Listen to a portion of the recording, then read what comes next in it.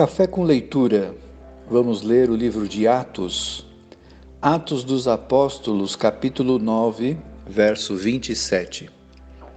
Então Barnabé o levou aos apóstolos e contou-lhes como Saulo vira o Senhor a caminho de Damasco e como o Senhor havia falado a Saulo.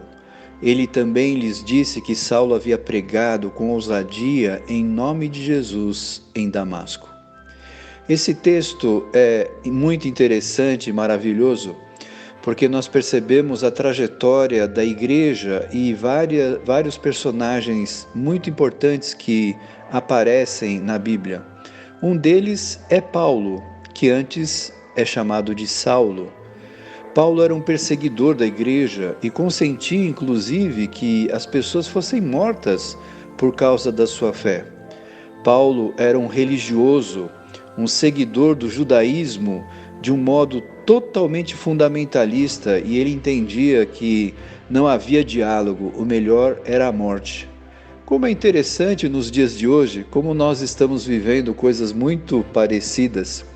Outro dia eu vi uma pessoa de dedo em riste falando para mim com voz alta sobre uma questão política.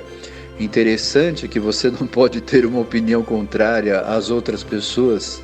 Hoje nós caminhamos para uma uniformidade e não mais para uma diversidade.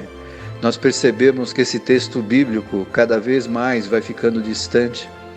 Paulo, que deveria ser então um inimigo da igreja, é levado por Barnabé para que ele também seja incorporado à igreja e seja o grande apóstolo dos gentios.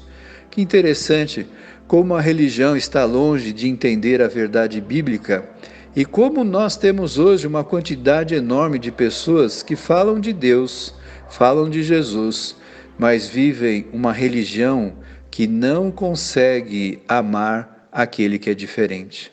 Que Deus nos abençoe e nos dê maturidade para compreender a palavra dele da maneira como verdadeiramente ela é.